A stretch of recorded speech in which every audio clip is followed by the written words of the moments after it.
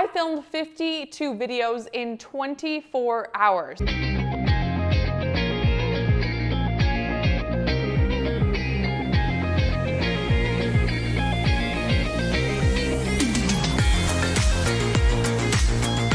Content warriors, welcome back to my channel. In today's video, I want to take you down the road of a little experiment I did a few months ago. I mentioned it in one of my other videos with a team of 5 of us. We actually did 250 videos. The majority of them I did right here in this kitchen. And so I wanted to kind of show you what I did, why I did it, and what I would improve on if I were to do something like this again. The reason we decided to do this is because we wanted to start new YouTube channels and make enough content for an entire year, post those videos every week for an entire year, and not even touch the channel, be done with it. Each of us had our own channels. I did my channel on vegetarian cooking and fitness because that's something that I'm already really passionate about. I've had a long journey, and so I really transformed not only just my fitness levels, but also like my lifestyle. I've changed the way I eat and how active I am. That YouTube channel is completely separate from this one. We set out a goal to get here at 5 a.m. on that day, and we ended up starting filming around 6:30 a.m. It was still dark outside when we started filming. We already had our hit list prepared. So our hit list is a list of ideas for each video. So we had titles for each of our videos we were going to record, and we had outlines within them, so we knew what exactly we're going to be recording after, which video. And that is something that I would recommend to you if you decide you want to do something like this. If you want to batch a bunch of videos in one day, I would recommend having your ideas ready to go. That way you're not going to have to sit down and write notes and write outlines in between videos. That is just going to completely throw you off and take a bunch of your time. And what you want to do is set up your camera and your lights and your microphones and everything, and just start talking to the camera and record and not have to worry about anything else. Okay, so another thing that I had to worry about was my props. I had to cook for my channel. I had recipes I was going to be doing. I didn't just talk to the camera the whole time. Some of the other people did, and I'm not saying theirs was easier than mine. There were definitely advantages to mine because I had props to show. So it wasn't like I had to rely just on myself talking. I could show you what I was doing and show you my recipes. I spent the entire day, like 10, 12 hours the day before, going grocery shopping. I had my list. I had to pick out recipes. I had to make sure I got all the ingredients for all of those recipes. And not only did I do that, I literally prepped as much as I could. I chopped all my vegetables up. I measured out my spices to the exact measurement. I put them all in Ziploc baggies or Tupperware, and I put them in their own bags. So it was like a pack ready to go for me when I was ready to make that recipe. So all I had to do was literally throw it in the pan or whatever I had to do, rather than spending a bunch of time prepping, because that just takes a ton of time. So that is one thing that I really am happy I did. And if you are going to be doing something like this, remember, if you have some sort of prop, or especially if you're going to be doing some sort of cooking, you're really going to want to get that prepped for the day before, so you don't even have to worry about looking in the fridge for all your ingredients, measuring stuff out, chopping, and all of that. When I first started, I was right here in this kitchen filming, and looking back at the shots, I didn't really like the way that I set up the shots because they were right straight toward me. There wasn't any sort of angle down. It wasn't very flattering, and I don't really like those videos. Those videos are now gonna live on YouTube, and that's just the way it is, because that whole day I cannot go back and re-record all of those videos. So what I did learn throughout all of that is, if you're going to be doing some sort of batching and you know where you're going to be, go there the day before or another day and stake out your shots. Put yourself in the place, record yourself, and look back. It's not like you have to get all ready or whatever, or be exactly on script or anything like that. This is just merely for looking at the shots and making sure that you like them. If not, you can make any adjustments and make sure that you feel like you look flattering and that you're gonna enjoy seeing these on YouTube for the rest of all time. One thing I am really glad that I did is I had all of my videos in order that I had for the kitchen. I put all of the videos I had to shoot in the kitchen, I had them all together. So I did them in one big block. So once I was done with the kitchen, I moved downstairs to the gym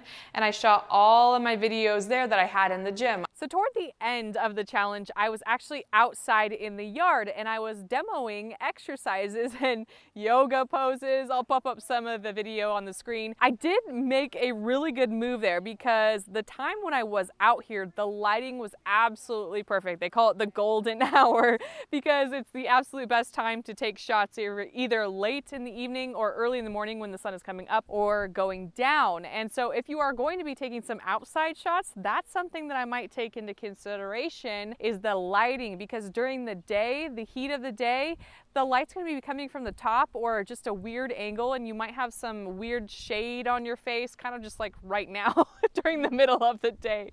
But that's when we are filming this right now. Another thing that I would take into consideration is that kind of movement in those videos I did, the exercises. If I were to plan it again, I would have done those more toward the beginning of the challenge because those took a lot of energy, right? I was doing workouts, and I did them more toward the end of the challenge when I was actually really tired. So I would do those in the beginning and maybe take the cooking videos and put those more toward the end when I'm in the kitchen and I can actually light my shots with like a panel light and the outside light doesn't really affect it as much. After I was done in the kitchen, I came down here to this downstairs gym, and that's where I kind of transitioned from the recipes and the cooking more into the fitness aspect of my life and what I've done with Orange Theory and various gyms throughout the last 2.5, 3 years. I talked about my transformation and how much it just helped me physically and mentally. And this is kind of where I started to get pretty tired at that time of night. This is where that waking up at 3:45, 4 o'clock in the morning, that exhaustion started to set in. But something that I would recommend for you guys is really just taking a look at how do you do on little sleep? How do you do on long days? How do you do when you're, putting so much thought into things and you're speaking, public speaking, that type of thing. Talking on camera is pretty exhausting. It takes a lot of energy. You have to be high energy that entire time you're on camera. It's actually like putting yourself out there, using your energy, and so you want to make sure that you are well rested, you're hydrated, you've eaten, because those things will come into play. You will start to not feel so great, and the chances that you'll want to quit are actually higher in the end. I would recommend doing some sort of batching on a Saturday or a day that you pick out, and even over 2 days, over 3 days, but make it something realistic for yourself, something where you can look back and be proud of the product that you have created and that you're going to be putting out there on YouTube or a blog or whatever you might be doing. You could probably do 12 videos, 15 videos in a day and probably be a piece of cake as long as you have the whole day allotted for you. There isn't just one way to do this. There's all sorts of different ways, and this is just one example of how you can really learn about yourself, and it's a good way to get practice and get better and better, and also produce some awesome quality content that you will have ready to go for a long period of time. I talked about, the way my trainer helped me throughout my journey, nutrition wise, and I used this gym to kind of demonstrate that. I used various aspects of this gym. I actually sat down on the ground, I sat on this bench, I stood up, I went to different spots. If you're in an area, keep changing up your shots, even if it's just very slightly. That will make a big difference when you put your videos up there, and try not to just stay in one spot the entire time, because if you're in one spot the entire time and you're wearing the exact same outfit, that's gonna get really boring on your YouTube channel if you've got 52 videos out there and you're literally wearing the same thing and sitting in the same spot. So just those subtle changes can make a huge difference. That will help keep your viewers' attention. And then that's another thing. We aimed for about 8 minutes to 12 minutes for our videos. That's a good amount of time for the algorithm for you to get watch hours, watch time, rather than doing very small videos that doesn't allow you to get that watch time, which doesn't allow you to get to that 4,000 hours of watch time and that at least 1,000 subscribers in a year's time to even be considered for monetization. Okay, so some of my last videos were actually sitting here on this gym floor, believe it or not, and this is where it really became apparent that I was exhausted, but I had to keep going. I could feel I could reach the finish line and I just wasn't quite there yet. But it's funny, it was kind of like I was sitting on the ground here and it really